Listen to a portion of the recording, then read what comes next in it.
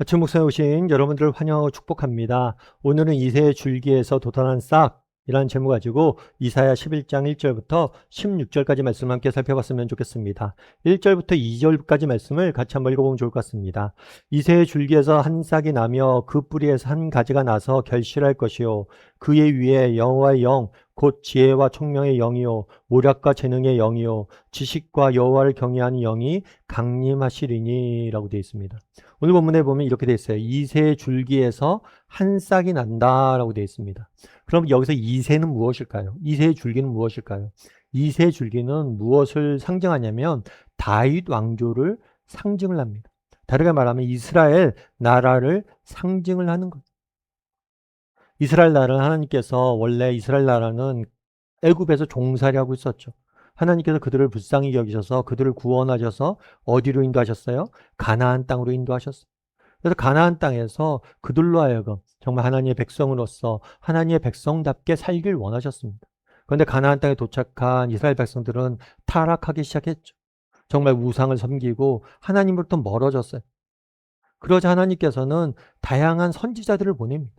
그래서 그들로 하여금 그들에게 하나님으로부터 하나님에게 돌아오라고 메시지를 전해요. 그럼에도 불구하고 그들은 회개하지 않습니다. 그러자 하나님께서 결국엔 뭘 하십니까? 그들을 징계하실 결정을 해요. 그래서 앗수를 보내서 이스라엘 왕국을 멸망당하게 이야기를 합니다. 그런 다음에 이스라엘 나라의 앗수르에 의해서 이스라엘 나라가 멸망당한 다음에 어떤 일이 일어날 것이냐에 대해서 오늘 본문은 뭐예요? 이야기하고 있는 거예요. 너희가 멸망당한 다음에 뭐가 될 것이다? 이새의 줄기에서 한 싹이 나며 그 뿌리에서 한 가지가 나서 결실할 것이다 라고 이야기를 해요. 그런데 사실은 우리가 이 말씀을 들을 때 한 가지 주의할 게 있어요. 그건 뭐냐면 우리가 이제 풍성한 땅, 풍성한 나무에서 싹이 나고 가지가 생기는 것처럼 느껴질 때가, 생각할 때가 있어요. 그런데 이것은 그것이 아니에요. 이새 줄기에서 싹이 난다는 건 뭐냐면 여러분 나무를 생각해 보면 나무가 꺾였어요. 잘렸어요. 그래서 그루터기만 남았습니다. 이 그루터기만 남았는데 여기서 뭐예요? 여기서 싹이 나는 거. 다르게 말하면 죽은 것 같은 나무에서 싹이 나는 거. 앞서 얘기했던 것처럼 그날에 앗수르에서 멸망당했죠. 완전히 나라가 망해 버린 거. 하나님께서는 다윗 왕조, 아까 얘기했던 이새는 다윗 왕조를 상징한다고 그랬잖아요. 다윗 왕조에게 하나님께서 무슨 약속을 다윗에게 주셨냐면 너의 나라가 영원히 뭐예요? 영원히 너희 나라가 망하지 않을 것이다. 영원한 나라를 네가 세우게 될 것이다. 너의 후손과 내가 영원한 나라를 세울 것이다 라는 약속을 주셨어요. 그런데 나라가 멸망한 거. 따라 이 멸망상은 뭐예요? 하나님의 약속이 이제 더 이상 작동하지 않는 세상이 된 거. 더 이상 소망이 없는 그런 상황에 처해진 거예요. 그런데 이것이 뭐예요? 끝이 아니라는 거. 끝이 아니고 뭐가 태어날 것이다? 그곳에 한 싹이 나서 결실을 맺고 너희가 회복될 것이다 라는 메시지 준 거예요. 그래서 너희가 나라가 망했지만 언젠가 너희가 나라를 회복하게 될 것이다 라는 약속을 주신 거예요. 그리고 실제로 하나님의 약속대로 정말 나라가 망한 지 400년이 지나서 모든 것이 회복되는 그런 은혜를 맛보게 됩니다. 그런데 이 이새의 줄기에서 한 싹이 난다. 이것은 이중적인, 중의적인 예언이. 1차적으로 앞서 얘기했던 것처럼 이스라엘 나라, 실제로 보이는 이스라엘 나라의 회복을 약속한 거예요. 동시에 이 약속은 뭐냐면 예수 그리스도를 통해서 이루어질 영원한 하나님 나라를 이야기하는 거예요. 오늘 본문에 보면 이새의 줄기에서 한 싹이 났다라고 이야기했죠. 그럼 이 싹이 누구냐? 라는 질문이 생길 수 있죠. 그런데 뭐라고 되어 있어요? 그의 위에 여호와 영, 곧 지혜와 총명의 영이요, 모략과 재능의 영이요, 지식과 여호와를 경외하는 영이 강림하시니 성령님이 그 위에 강림하실 것이다. 그래서 나중에 예수님이 이 땅에 오시죠. 메시아이신 예수님이 오셨을 때 그가 예수님이신 하나님의 아들이심을 구약에 약속하시는 메시아임을 어떻게 알았어요? 그 위에 성령이 강림하심으로 알게 돼요. 그래서 이날에 주신 약속은 단순히 역사적으로 이스라엘 백성들이 회복되는 걸 약속한 게 아니라 예수님을 통해서 이루어질 구원, 그리고 예수님을 통해서 이루어질 완벽한 뭐예요? 하나님 나라의 회복, 그것을 약속하신 거예요. 그래서 이사야서 11장에 보면 계속해서 예수님이 오셔서 이루실 나라에 대해서 구체적으로 설명합니다. 우리 6절부터 9절까지 말씀을 같이 한번 보면 좋을 것 같습니다.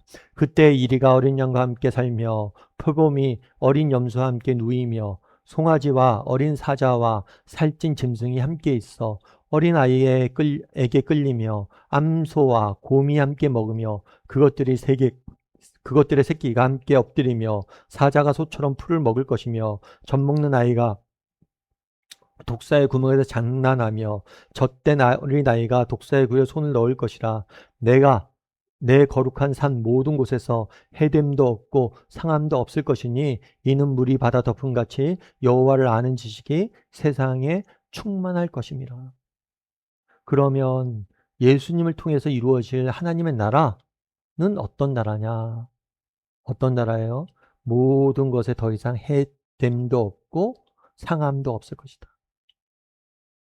예수님이 오셔서 이루실 나라는 처음 하나님께서 세우신 에덴, 정말 참된 평화와 참된 기쁨만이 가득한, 더 이상 눈물이나 상처나 아픔이 없는 그런 완벽한 참된 기쁨과 평화가 넘치는 그러한 세상이 될 것. 뿐만 아니라 그 나라는 어떤 나라예요? 하나님을 아는 지식이 완벽히 충만한 나라. 그래서 그날에 이스라엘 백성들에게 하나님께서 그날에 어떻게 됐습니까? 이스라엘 백성들이 완전히 망했잖아요. 그들에게 소망을 주시는 거예요. 어떤 소망을 주세요? 이새 줄기에서 한 싹이 날 것이다. 너희가 망한 것 같고 모든 것을 잃어버린 것 같지만 하나님께서 모든 것을 회복하실 것이다. 라고 약속을 주세요. 그런데 이 약속은 이 땅에서 현세적으로 이루어지는 약속이기도 하지만 보다 본질적으로 뭐예요? 예수 그리스도를 통해서 이루어질 완벽한 하나님 나라. 언젠가 예수님께서 다시 오심으로 인해서 이루어질 하나님, 완벽한 하나님 나라에 대한 모형이란 것. 그리고 언젠가 우리 하나님께서 다시 오실 것. 그리고 우리 하나님께서 다시 오시면 이 모든 것을 바로잡아 주시고 모든 것을 회복시켜 줄 것이다. 약속한 거죠. 그러면 그날에 왜 이 말씀을 주었을까요? 이 말씀은 지금 당장 이루어지는 일이 아니에요. 먼 미래에 이루어질 날이에요. 어쩌면 처음 이사야 선지자의 메시지를 들은 사람들은 뭐예요? 그 날이 이루어질 걸 못 볼지도 몰라요. 그럼에도 불구하고 그 먼 나라에 대한 소망과 비전을 잃지 말고 뭐예요? 이 땅에서 살아가라는 거예요. 이런 점에서 우리도 한번 돌아봐야겠죠. 뭘 돌아봅니까? 우리에겐 이런 소망이 있는가? 정말 우리에게는 이런 소망이 있는가? 언젠가 우리 주님이 다시 오실 것이고 우리 주님께서 정말 모든 것이 완벽한 세상으로 우리를 데려가실 것이다. 정말 이 땅에서 흘린 눈물들, 땀들, 수고들 하나님께서 모든 것을 회복시켜 주실 것이다. 하나님께서 모든 것을 뭐예요? 회복시켜 주실 것이다. 이 주님이 다시 오실 재림의 날에 대한 소망이 있느냐? 그날에 이스라엘 백성들은 나라를 잃었습니다. 그럼에도 불구하고 하나님께서 그 이새의 줄기에서 싹이 나는 그 비전들을 가지고 그 고난과 역경을 이겨내길 원하셨어요. 우리도 마찬가지. 정말 언젠가 회복하실 하나님의 나라, 그 나라에 대한 비전과 소망을 가지고 이 땅에서 살길 원하는 것. 그런 면에서 우리는 그 나라에 대한 정말 그 회복될 나라에 대한 소망이 있는지 한번 점검해 봐야죠. 여러분, 어떤 분이 그런 이야기를 쓰더라고요. 여러분, 호수 같은 데 있잖아요. 호수 같은 데 돌을 던지면 어떻게 돼요? 우리도 어렸을 때 호수 같은 데 가면 돌 던지고 막 그러면서 하잖아요. 돌이 떨어지면 어떻게 돼요? 파동이 쫙 퍼져가요. 물방울. 근데 시간이 지나면 어떻게 됩니까? 그것이 잠잠해지죠. 잠잠해지고 아무것도 없었던 것처럼 호수가 고요해집니다. 마찬가지라. 그러면서 그 사람이 뭐라고 했냐면 이 호수의 물 같은 게 뭐냐면 우리가 가진 소망이라고.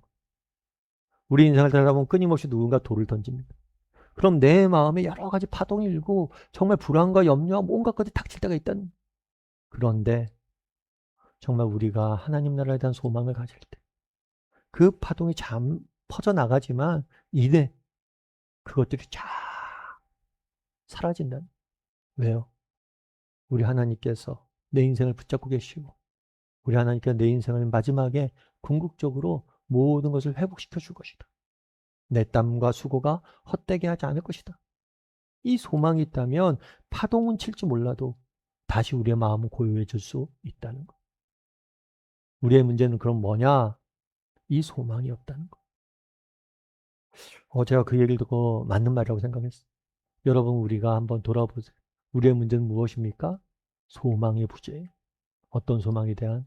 하나님께서 모든 것을 아시고 하나님께서 모든 것을 갚아주시고 하나님께서 모든 것을 회복시켜 줄 것이다. 이 소망이 있다면 우리는 땀 흘려 수고할 수 있을 거예요. 이 소망이 있다면 우리는 어떤 상황에서도 절망하지 않을 거예요. 그래서 내게는 정말 하나님께서 모든 것을 바로 잡아 주실 것이다. 모든 것을 회복시켜 줄 것이다 라는 소망이 있는지 한번 돌아보고 그 소망을 가지고 살아가는 저나 여러분이 되기를 주님의 이름으로 소원합니다. 우리 함께 기도했으면 좋겠습니다. 기도하실 때 오늘 말씀 기억하면서 기도했으면 좋겠습니다. 그날의 이스라엘 백성들은 나라를 잃고 모든 것을 잃어버리고 끝이라고 생각했습니다. 하지만 하나님께서 이야기하시는 거예요. 아니다. 내가 다시 너희를 살리고 회복시킬 것이다. 내가 때가 되면 모든 것을 내가 다시 새로울 것이다. 정말 우리에게도 이런 소망이 있는지 하나님께서 분명히 알고 계시고 하나님께서 분명히 보고 계시고 그리고 하나님의 때가 되면 모든 것을 바로잡아 주시고 모든 것을 회복시켜 주시고 모든 것을 우리를 참된 기쁨과 평안 가운데 있게 할 것이라는 그런 믿음을 내게 참된 기쁨과 평안을 주실 거라는 그런 믿음과 소망이 내게 있는지 그리고 그 소망을 잃지 않고 살아가는 사람이 되게 됩니다. 이 시간 오늘 말씀 기억하면서 정말 믿음과 소망을 잃지 않고 살아가는 사람이 되게 되려고 한 목소리로 같이 기도하도록 하겠습니다. 기도하시겠습니다.